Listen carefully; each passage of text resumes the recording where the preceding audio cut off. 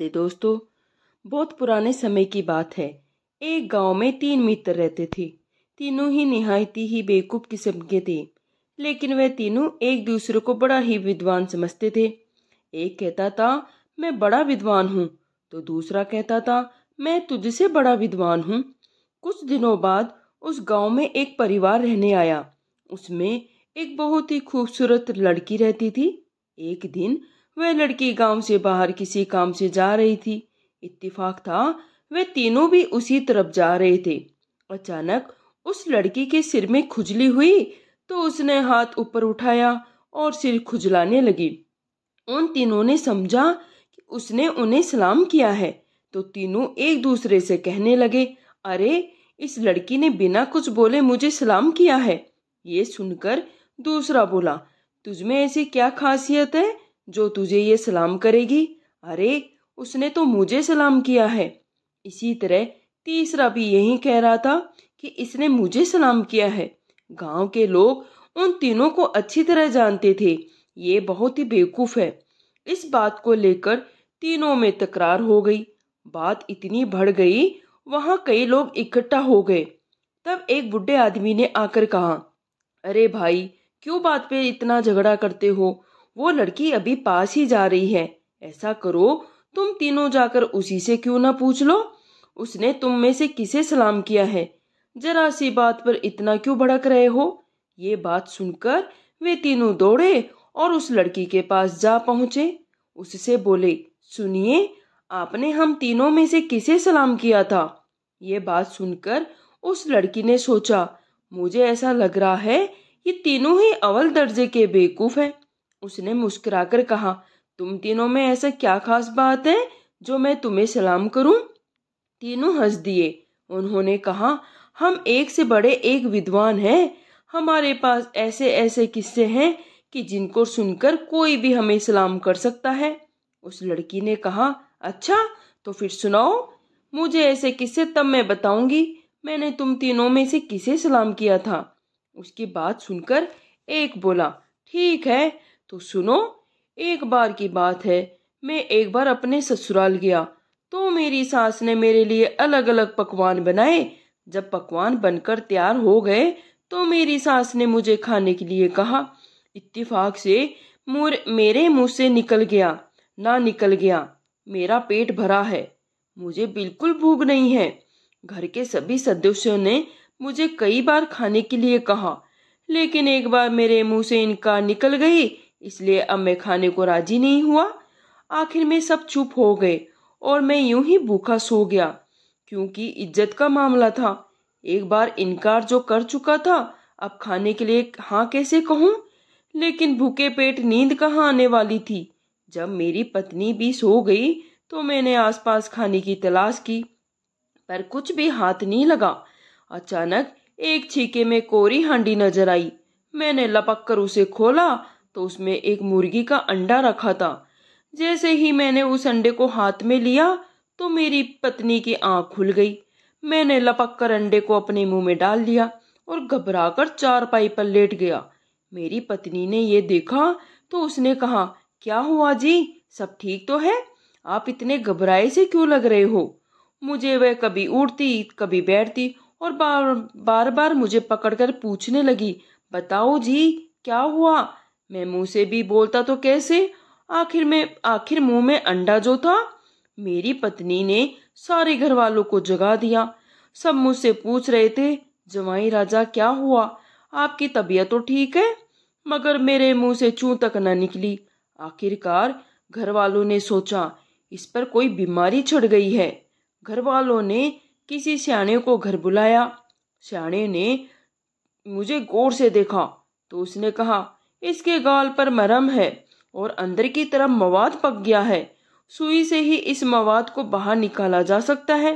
मेरी पत्नी और सास एक साथ बोली, जो भी हो जैसे भी हो, जल्दी से इस मवाद को बाहर निकालकर बीमारी को ठीक करो। फिर उस आदमी ने एक नस्तर उठाकर मेरी गाल की तरफ लगाया, तो मैंने वो अंडा झट से मुंह के दूसरी गाल की तरफ कर लिया। हैरत भरी बातें देखकर वह आदमी इस गाल का मवाद अब दूसरी तरफ चला गया। ये कहने लगा, उस आदमी ने मेरे दूसरे गाल की तरफ जब नस्त रखा तो अंडा मेरे मुंह से बाहर निकल गया। घर वाले उस अंडे को देखकर बड़े ही बड़बड़ाने लगे। उस दिन तो मुझे बड़ी ही शर्म आई। आज तक मैं ससुराल नहीं गया। अब पहले बेवकूफ की कहानी खत्म हुई तो दूसरी उस लड़की से कहा, अब आप मेरा किस्सा भी सुनिए। एक बार एक अमीर आदमी ने मुझ पर भरोसा करके अपने किसी इलाके में अपने कामकाज की देखरेख के लिए मुझे भेजा। वहां पहुंचकर मैंने ऐसा तहलका मचाया कि उस आदमी की आम बेहुदा बातों में खर्च करने लगा और कभी एक पैसा भी मालिकों को नहीं भेजा। जिंदगी में खूब मजे में गुजर रही थी। अब मैंने सोचा अब मुझे शादी कर लेनी चाहिए। किसी चीज की कोई कमी नहीं थी। सबने मुझे कहा, आप ये क्या कर रहे हैं? मैंने किसी का कहना नहीं माना। आखिरकार मैंने एक बुढ़िया को बुलाकर कहा, मेरी कहीं शादी करवा दीजिए। मुझे नहीं पता था वह बुढ़िया औरत मक्कार है। वह समझ गई ये बेवकूफ किस्म का लड़का है। वह कहने लगी, बहुत अच्छा। यह कहकर वे अपने घर चली गई। अगले दिन आकर मुझसे बोली, बेटा मैंने तुम्हारी शादी के लिए एक लड़की देख ली है, उससे तुम्हारी शादी हो जाएगी। यदि अभी तुम मुझे 1000 दे दो तो उस लड़की के साथ तुम्हारा रिश्ता पक्का कर दूं।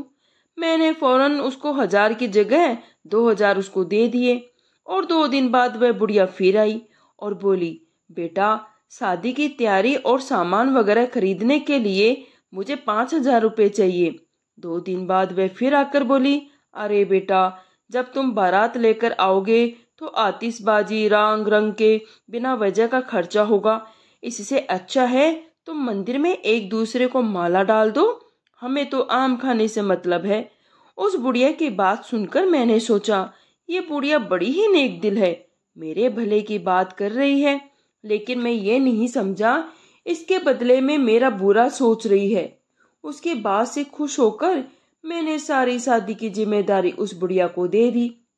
फिर वह बुढ़िया बोली, मंदिर में भी पंडित को कुछ देना पड़ेगा, उसके लिए भी कुछ खर्च चाहिए। मैंने फिर उसे बुढ़िया को पैसे दे दिए। 4 दिन बाद वह आई और मुझसे कहने लगी, बेटा अब तो तुम्हारे ब्याह के सितारे शुभ नहीं हैं। शुभ घड़ी आएगी तो लड़की तुमसे शादी कर लेगी और तेरे घर में रोशनी कर देगी। जब तक शुभ घड़ी नहीं आती तब तक कुछ खर्च कर सको। तो इतना ही कहना था कि बुढ़िया ने, मैंने चालाक बुढ़िया को 1000 और दे दिए। अब 10 दिन बाद वह बुढ़िया आई तो उसने मुझे खुशखबरी सुनाई, मुबारक हो बेटा, तुम्हारे घर चांद सा बेटा पैदा हुआ है, कुछ रुपए और चाहिए। मैंने कुछ रुपए उसे और दे दिए। अब हाल ये हुआ, वह हर 5वें 6ठे दिन रोज आती तो कभी लड़के के खाने के लिए, कभी कपड़े के लिए, तो कभी खिलौने के लिए कुछ ना कुछ मुझसे ले जाती। मुझे उसने इस प्रकार से लाखों रुपए ले लिए। मैंने कभी उससे ये नहीं कहा, मेरी पत्नी की शक्ल तो दिखा दीजिए। तो वह कहती, बेटा अभी तुम्हारे मिलने की शुभ घड़ी नहीं आई है।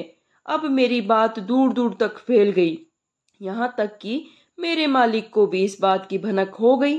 मेरी तरफ से मालिक के पास 1 रुपया भी नहीं पहुंचा था। वह भी समझ गया मैं यहाँ क्या गुल खिला रहा हूँ, तो उसने मेरा तबादला कर दिया। इस बात से मुझे बड़ा ही दुख हुआ। इस हालत में मुझे अपने लड़के का ख्याल आया। जी चाह किसी न किसी तरह अपनी बीवी के पास जाऊं और अपने लड़के को भी देखूं। मैं इसी चिंता में बैठा था कि वह बुढ़िया फिर धमकी। मैंने उससे कहा, आपकी उम्र बड़ी ही लंबी है, मैंने आपको अभी याद किया और आप हाजिर हो गई। अब मेरा तबादला हो चुका है, अगर आप मुझे अपने परिवार से मिला दे तो मैं चैन की सांस लूं। वो मक्कार बुढ़िया बोली, कुछ रुपए और मिठाई के लिए पैसे दे दीजिए, मैं आपकी मनोकामना अभी पूरी कर देती हूँ। फिर वो दगाबाज बुढ़िया मुझे एक भले आदमी के मकान के दरवाजे पर ले गई और बोली, बेटा ये तुम्हारा ससुराल है, यहाँ दरवाजा खटखटाना और यह तुम्हारा लड़का निकल आएगा। थोड़ी देर बाहर बैठना, फिर तुम्हारा साला तुम्हें अंदर ले जाएगा। मैं खुद भी अंदर ले जाती, मगर कल से तुम्हारी पत्नी मुझसे नाराज है। ये कहकर बुढ़िया तो जाती रही। मैंने दरवाजे पर दस्तक दी। 5 साल का लड़का अंदर से बाहर आया।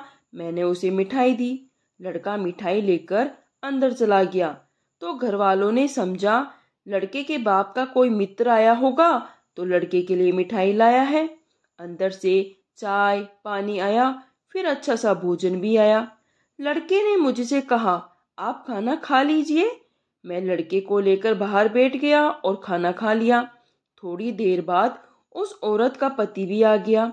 उसने मुझे नमस्ते कहा और अंदर जाकर अपनी पत्नी से बोला, ये अजनबी आदमी हमारे लड़के को बाहर लिए क्यों बैठा है? उसकी पत्नी ने कहा, मैं क्या जानूं जी, मैंने तो सोचा आपका कोई खास मित्र है या रिश्तेदार होगा तो हमारे लड़के के लिए मिठाई भी लेकर आया है। ये बात सुनकर उस औरत का पति बाहर आया और मुझसे पूछने लगा, आप इस समय कहाँ से आ रहे हैं और मेरे घर के बाहर क्यों बैठे हैं? मैंने उसे सादगी से कहा, तुम मुझे नहीं पहचानते, मैं तुम्हारी बहन का पति हूँ और ये लड़का तुम्हारा भांजा है। मेरी ये बेहुदा बात सुनकर वह गुस्से से बोला, अबे गधे, क्या बक रहे हो, चलो यहाँ से, नहीं तो मार मार के हड्डियां तोड़ दूंगा। उस आदमी ने मुझसे बहुत जलील किया और वहां से बाहर निकाल दिया। अब बताओ कैसा रहा मेरा बेवकूफी भरा किस्सा? बहुत अच्छा। अब तीसरे की बारी थी। तीसरा भी अब अपनी बेवकूफी का किस्सा कहने लगा। वह बोला, एक बार मेरे ससुराल से मुझे बुलावा आया।